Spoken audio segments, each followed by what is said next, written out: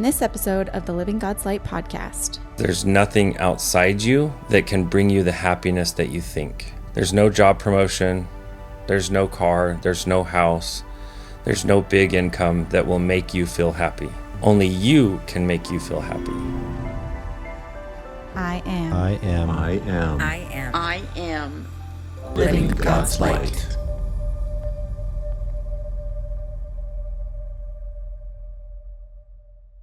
So Alyssa, tell me again, you were talking with somebody who made a... Yeah, so I had a mentor growing up that, she was my coach and I love her to death. I still love her to death. And I was working for her and I kind of wanted like a promotion. And I just wanted to get more involved and do more. And at the time, she said the words to me because I approached her. It was probably mid-season because it's kind of a seasonal job that I had. And it was mid-season and I was just kind of wanting to talk to her, like, what can I do to get that, to get a promotion, to be able to move up? And she said the words to me, man, you're just never happy with where you're at, are you? And in that moment, it was the biggest dig. I remember like going home crying because in my heart, I remember thinking, don't you want me to keep chasing after things that would make me better? You know, like, wouldn't you want that for me? And and it's looking back, I was very young. So I wasn't even considering like what her thought processes were and what she was maybe thinking. But it's always stuck with me, that feeling of, don't you want me to continue to be better? Because I feel like I'm always on the go of trying to learn something new or chase after a new skill, or it probably looks from the outside that I'm not content with where I'm at. Mm-hmm. And if I'm real about it, I don't think I am. Mm-hmm. Well, it's a great insight. And it's something, especially in our culture, society, many times it's, especially in, well, I don't want to single out any particular nation or anything, because there's a lot of cultures out there that are just very go, go, go, drive. And then they can look like just never being happy because you're always chasing after the next thing. And we teach that, you be happy with where you're at. Because if you're not happy with where you're at, you'll never be happy. Mm-hmm. But I think there's a key difference between being, and this is what we talked about at the beginning, there's between content and happy. Mm-hmm. And I think using those different words to mean different things are important. Because if you're like, I'm happy where I'm at, I'm extremely happy where I'm at, but I am definitely not content with where I'm at.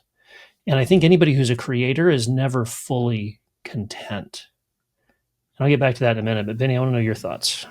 I think there's a balance to both. One thing that I've learned in this life, working with so many different people over the years, is there's nothing outside you that can bring you the happiness that you think. Mm-hmm. There isn't. There's no job promotion. There's no car. There's no house. There's no big income that will make you feel happy. Mm-hmm. Only you can make you feel happy. And that's the big problem with it is we do want to keep growing, but at the same time we need to allow ourselves like a little bit of a relish the moment of what we've just done. Yeah. Mm-hmm. Well, and also aspire.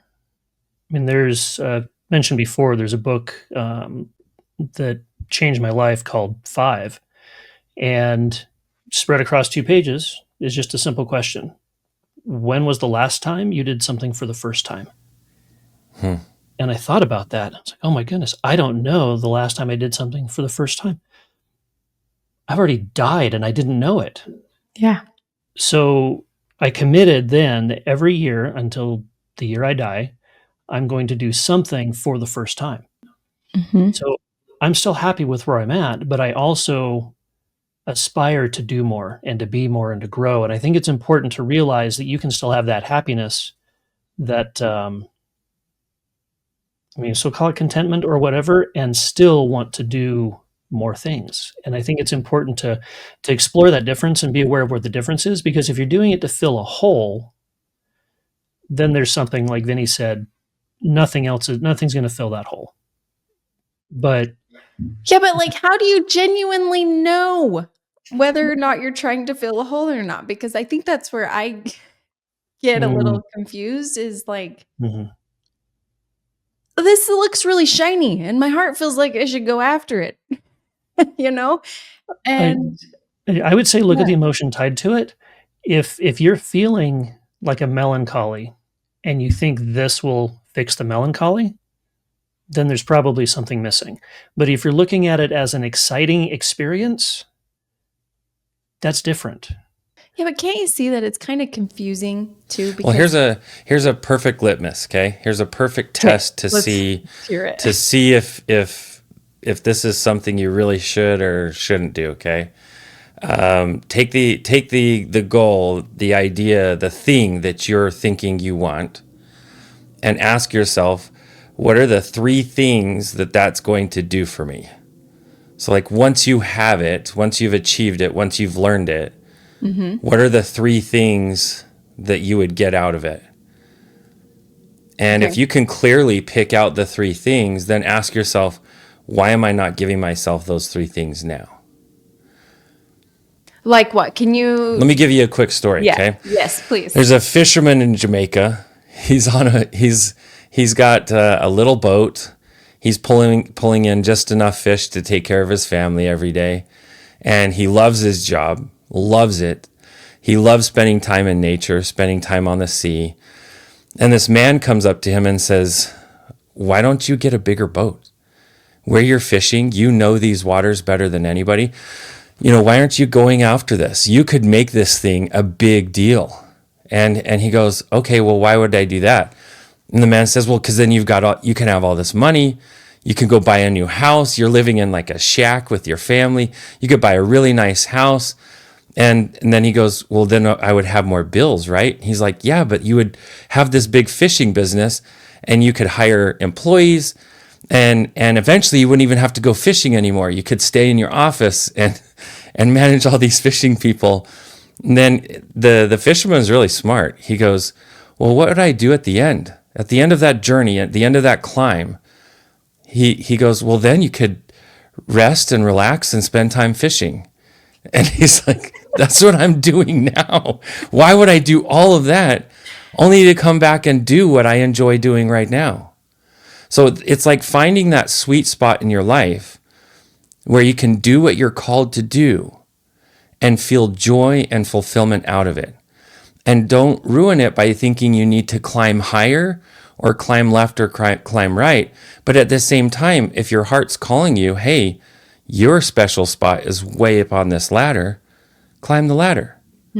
But allow yourself to enjoy and relish the success, the abundant feelings of each rung as you climb. Like, don't climb without giving yourself that, because the soul dies when we don't give ourselves gratitude, internalized gratitude. Because we in the military, that's something that happens quite a bit, which Lynn can speak to. You accomplish great things, but most of it's done as a team, never as an individual. So nobody is allowed to go around and say, look what I did, But what's neat, though, is the ones who stay in the military and do really well, they give themselves the moment and say, wow, look what we did. I love and I'm grateful that I was to be a part of that. Yeah. That's true. And Vinny pointed out something that's really valuable for this and a whole bunch of other things is the asking why. Usually if you can ask why 3 times, sometimes 5, but usually 3 times is enough to get into the root of something. Like, for example, well, why would I want to get a bigger boat? Well, so you can build a bigger business. Well, why do I want to build a bigger business?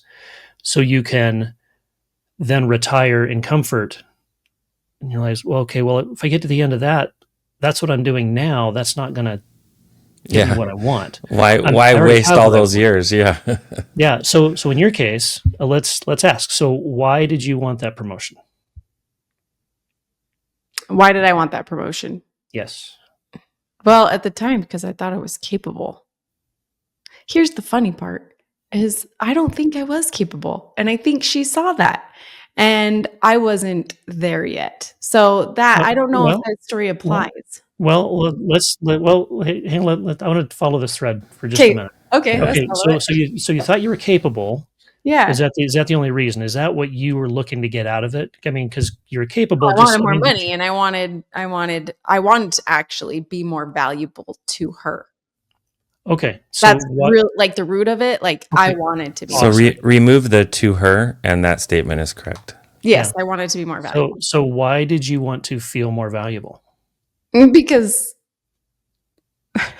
I didn't feel valued in my own soul. Like really, like I didn't feel valuable in my soul. And why didn't you feel valuable in your soul?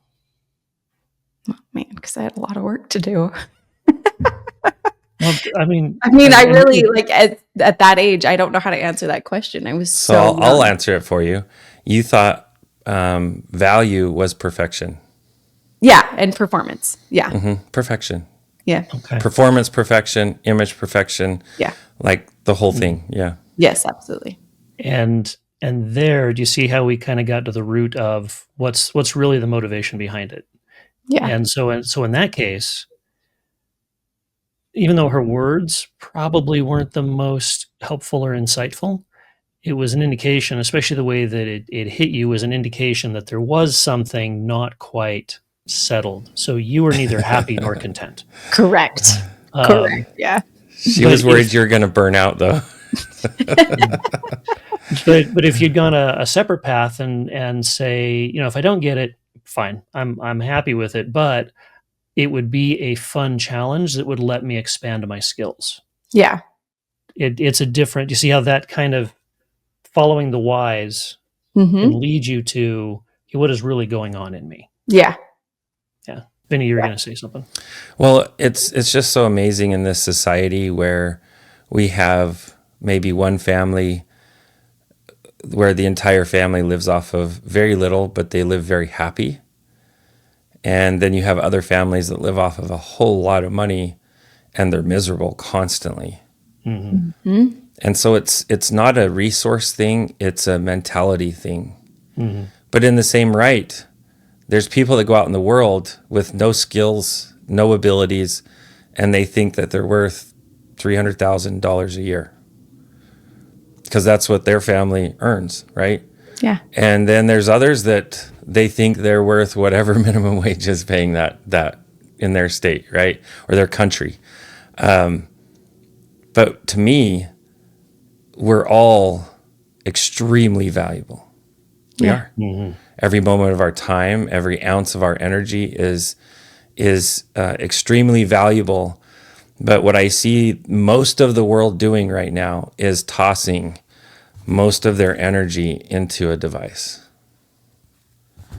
And that to me is a tragedy. It's a missed opportunity. I mean, to wake up in this desert Southwest, and the mornings here are magical. Anyone who gets up and does the morning thing here, it's magical.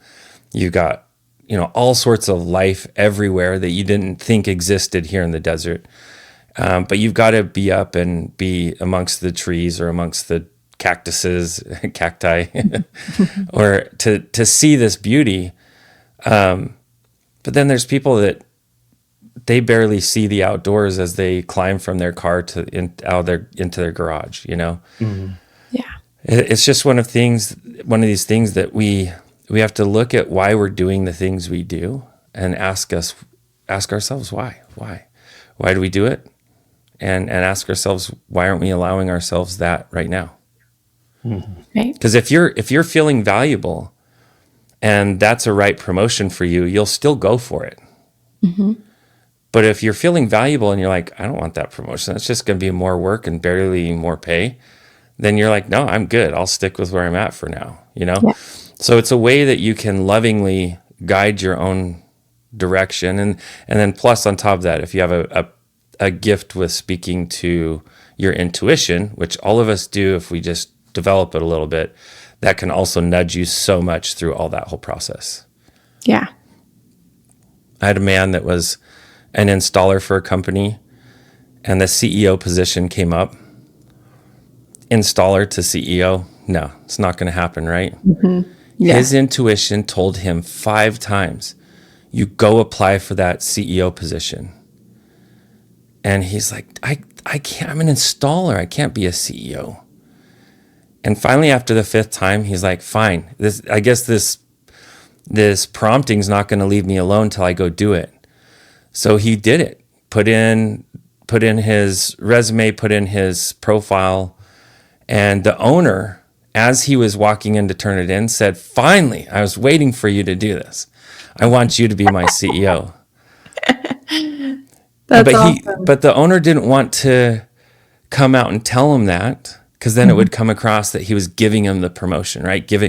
But he was the hardest working, most honest installer the company had, and went straight from installer to CEO.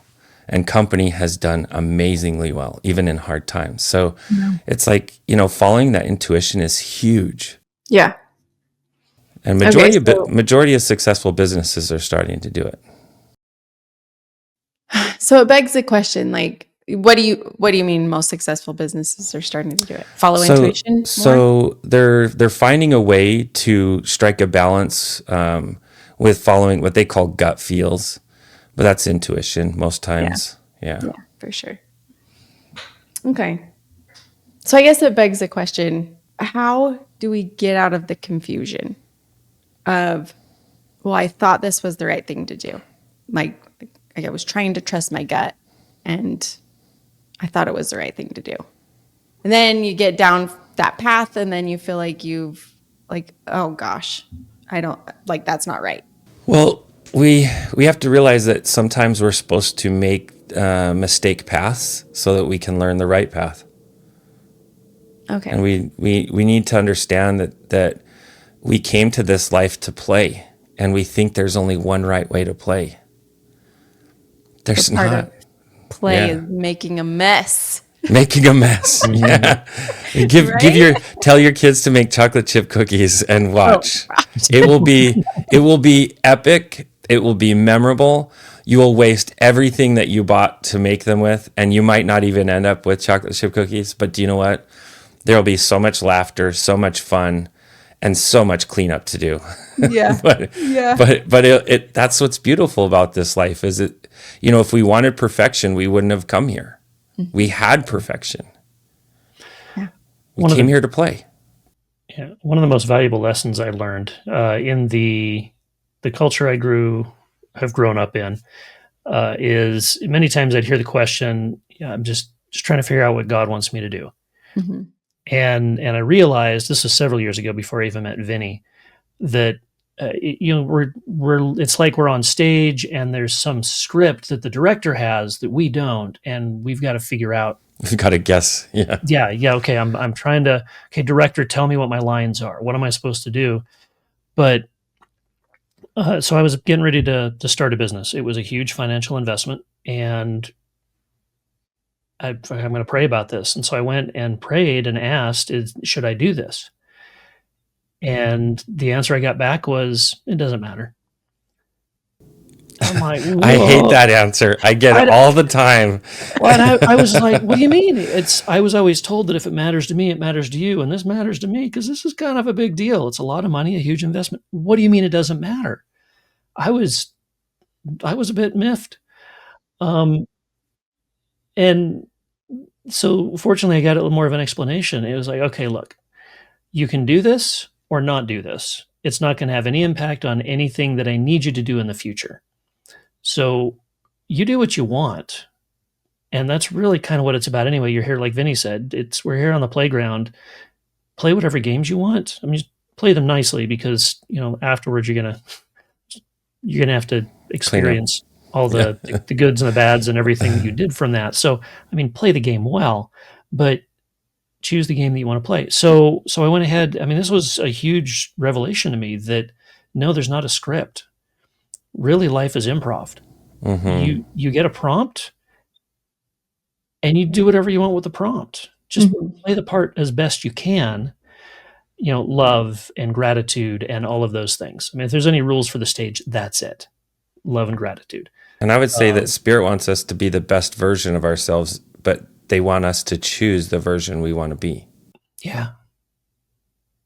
Okay, so then so thinking back on Betty's story, right? Like part of her experience was that when she was kind of planning her life, she grabbed all these different experiences. So how does that play into it? That like we've planned certain things, but yet we not have planned at all. We've planned our mistakes, and we lovingly and playfully make them throughout this life. Yeah. We do. But the way I look at it, the idea that comes to mind is if you go like to an amusement park and you have a plan before you go to the amusement park, but then when you're in the moment, the plan might change. And if there's anything, because really all it is an experience that you're going to look back on. Yeah. That's all life is. So if for some reason something changes, that's okay. Yeah.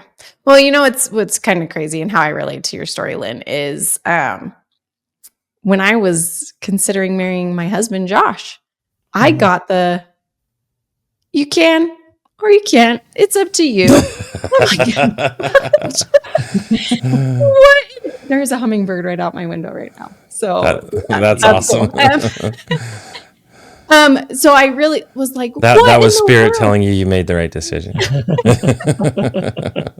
Well, in our healing journey, I had a very clear understanding, knowledge, information come to me that if I had not married Josh, I would have picked somebody exactly like Josh, and I would have done the same healing throughout my life because of the patterns and stuff that, you know, what I was looking for, what I kept attracting to myself.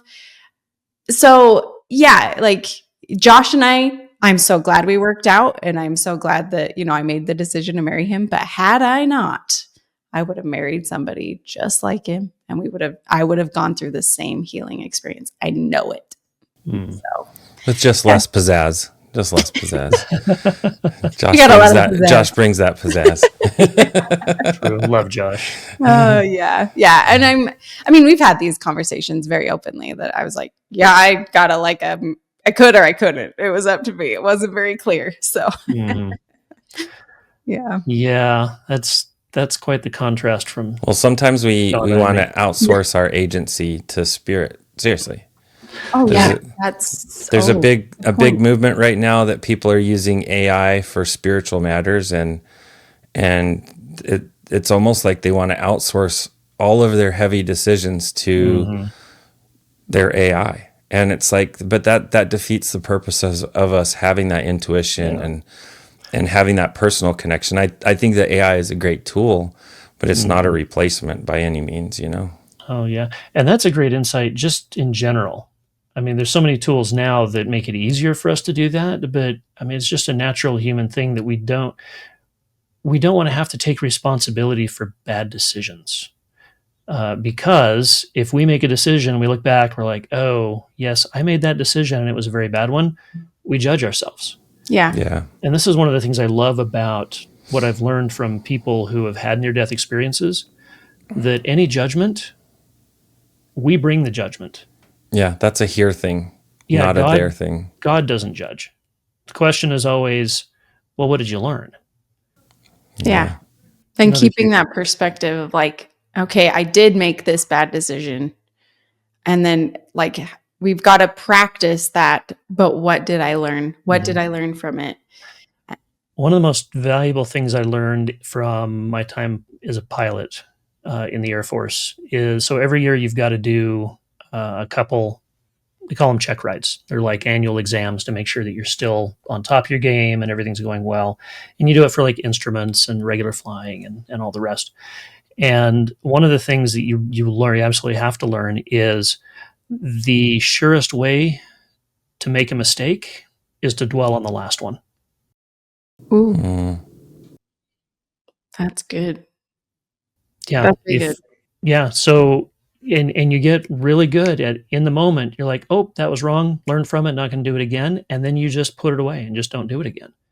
Yeah. But you don't live in the past. There's a story that I love, a Zen story. There were a couple of monks that were seeking enlightenment. And so they were traveling the countryside looking for enlightened masters, trying to learn from them. And they were so dedicated and so devoted to this purpose that they took a vow that they wouldn't, they'd only eat certain things. They were basically so removed from anything that would resemble a pleasure. That was so they, not only would they not go on dates, they just wouldn't even touch women and shaking hands or anything. And they were just so focused because they didn't want a distraction.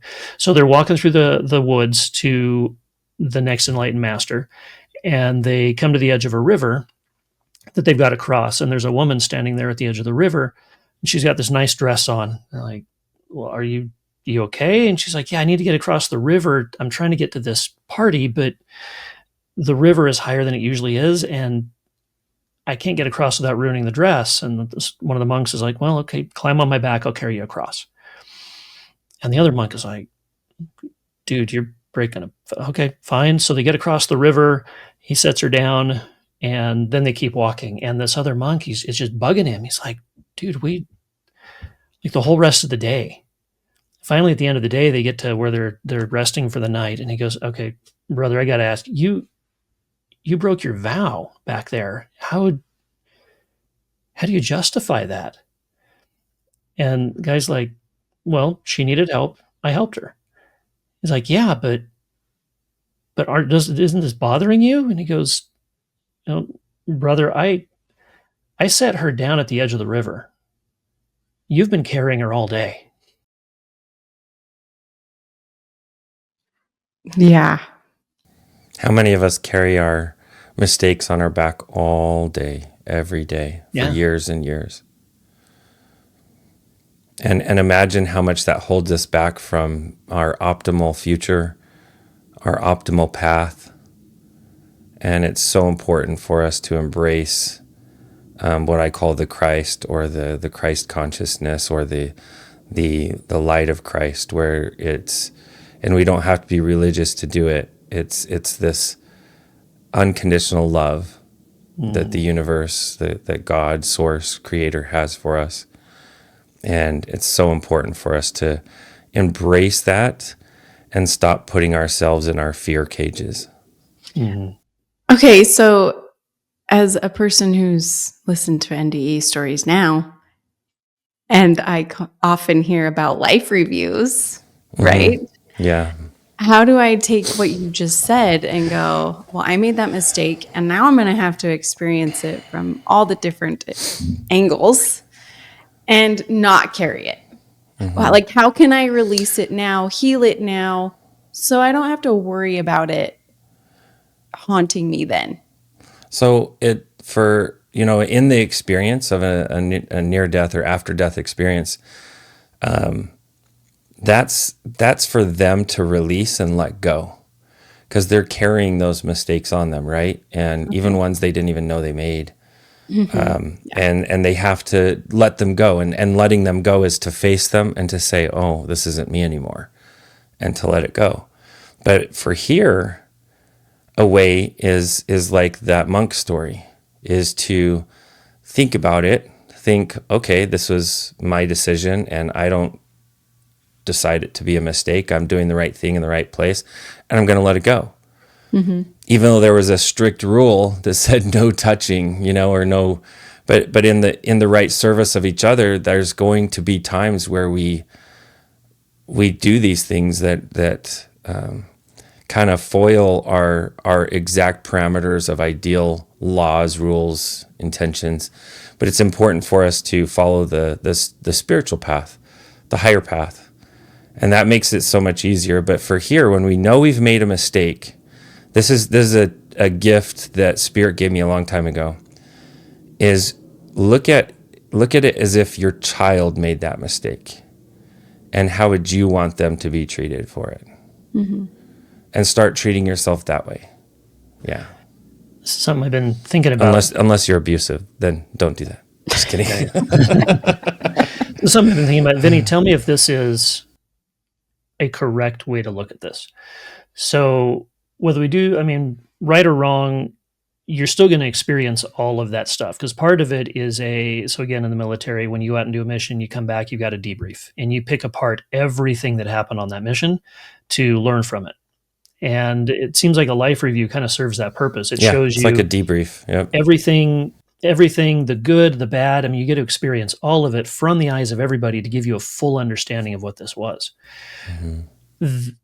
And of course, there's going to be some anguish and some, I wish. But if you practice now, holding those mistakes as just a learning experience, I have to imagine when you experience all that again in the life review, you'll have that mindset of, it's a learning experience. Oh yeah, I see what I'm getting out of it. Instead of agonizing over all the things, you're like, oh yeah, I see. Vinney, does that sound right? If you can absolutely. Practice that now, it's easy do later. it now. Yeah. Yeah. Another thing too is if you know the life review is coming, make sure the good side of it is really long. Make sure you're doing lots of good things. And there's been times where I go past an opportunity to do something good because I'm just too busy. I've tight schedules all the time. And then I hear my team in my head, oh, look at you there, not practicing what you preach. And I'm like, dang it, okay. And I go over and I do it. But I do it lovingly, and I do it earnestly. But it is one of those things that it takes a constant balance. That's what this whole thing is. That's why we're here. That's part of the playing here, is learning to find that perfect balance with all of it. Yeah. So the word that keeps coming to my mind, and you can fill in whatever you want here, but are we talking about forgiveness? Huge forgiveness. Yeah. Oh yeah. And forgiveness towards ourselves, right? Like that's the hardest one, I would imagine. It's so much easier to forgive. No, it's not. Not all the time. I just got like no, it's not. Well, it's easier to forgive others. And in fact, we'll forgive a stranger of far worse a thing that we won't forgive someone really close to us for. Yeah. Serious. So a question somebody asked a long time ago that's always stuck with me that you'll hear me say often is, do you treat yourself like someone you love? Yeah. Ooh. And you know what? At the right part of your life, that statement's going to sting. It is. Yeah. I know I didn't. We should all think on that for a moment. Are we treating ourselves the way? Well, I can say that I definitely lived 30 years of loving others far more than I loved myself. And it's what a contrast of difference of life that I live now. And it just in my body, I feel like my body even looks different from starting to love myself. So it does. It changes. It actually changes on you. What's really amazing to me is that the people in the flesh industry, that's like modeling, image, even physique, like even bodybuilding. So like the flesh industries, and that includes the sex industries. They think the ideal of their happiness is some type of achievement or some type of dollar amount. And, it's such a lonely, dark, cold path. It is. I work with people every day in the highest echelons of the financials of every country, it feels like. And a lot of them are extremely lonely and miserable. Yeah. So what's your advice you give them, Vinney? I help them start loving themselves.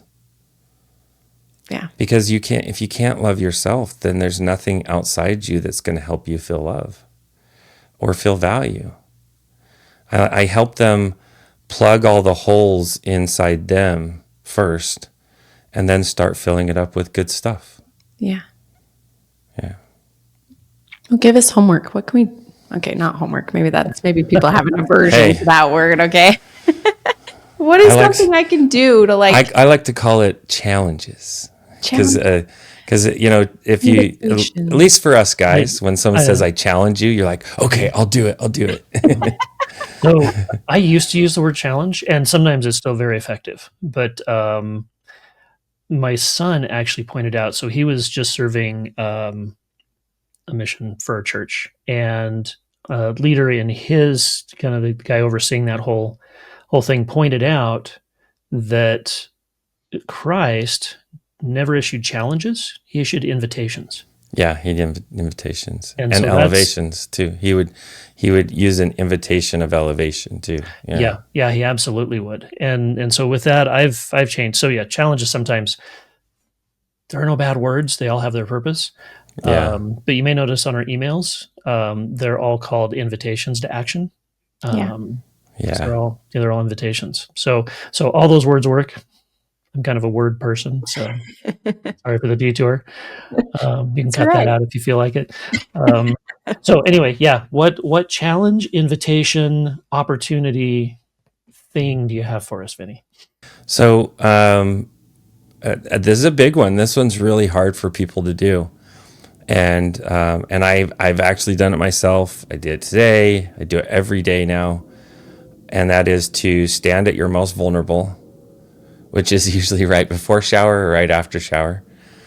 Or when you're doing your morning routine or your cleanup routine of yourself, stand there and instead of look at this body as something that it's full of imperfections, that's full of weaknesses or areas that there's mass that you don't like or lack of mass that you want, whatever, right? Instead of looking in that paradigm, look at that body and say, I am so proud of you for lasting so long. I'm so grateful that you've held up for me. I'm so grateful that that heart has kept beating unassisted. I'm so grateful that those lungs keep pumping oxygen into my blood. I'm so grateful that you are what you are, and I recognize you for what you are, and you are my flesh temple. You are my temple that my soul is in, and I love you for that. And it is crazy. I've watched people in full spasm while they're doing this. Spasm stops, and then their body changes. I believe it. I totally believe it. Yeah. It's an awesome practice that if you can do it for even a short period of time, you can see huge changes in your own energy. Huge. Yeah. Okay. The hard part is consistency, though. That's even for me. I mean, for everybody, consistency is hard because you get a rough week or a bad health week or whatever, and you fall out of routine, and you have to remind yourself, "Oh, that's right. I got to get back into routine. I got to get back into that." Mm-hmm. Yeah. And I would say something that helps that if you can cultivate that attitude of gratitude just on a regular basis, then it becomes second nature. Yeah. After you do the step 1, which is self-love to the body, step 2 would be to list 3 things you're grateful are going to happen today. And then step 3 would be list 3 things you're grateful of what happened yesterday. So you're putting out into the universe, I'm grateful for now, that's body. I'm grateful for future, that's the things that are going to happen today. And I'm grateful for what happened in the past, that's what happened yesterday. So you're broadcasting all around you towards present space, future space, and past space. You're broadcasting gratitude, and you can watch your life go from a drama into a dream. I'm very serious. And in a short amount of time, you can start seeing things change for you, and the whole universe reacts around you. It does. You will see in a space where you normally are dealt very aggressively in your drive to work, you'll watch people letting you in. They're being nice. They're even waving sometimes in your neighborhood, and you're like, what is going on? How can just me thinking differently change that so much? It's because they're reacting to your broadcast. Yeah. So when you're broadcasting that, they're reacting to it. But when you're broadcasting the opposite, they're reacting to that. Yeah. So to wrap this up and to bring us back to contentment versus happy, I can do some of those things to enter into that happiness space. Yeah. And it's okay if I'm not feeling content, right? Like it's okay if I Absolutely. still want to achieve more, do more, but I can do that in a happiness heart, like in a happiness space. Just be aware of what, like Vinney said, how is your life going to be better through that? Mhm. And look at the core motivation. Why do you want that? Is it to fill a hole, or is it to help you grow? Right. Yeah. Well, this has been good. That's good. I'm still learning. Still gotta We all are. Oh, we That's all part of the are. play. That's part of the play. So happy Yeah. about it. Thank you for expanding your light today. If you want to find more information, get connected to our community, or simply contribute, see our website at livinggodslight.org. As always, please subscribe.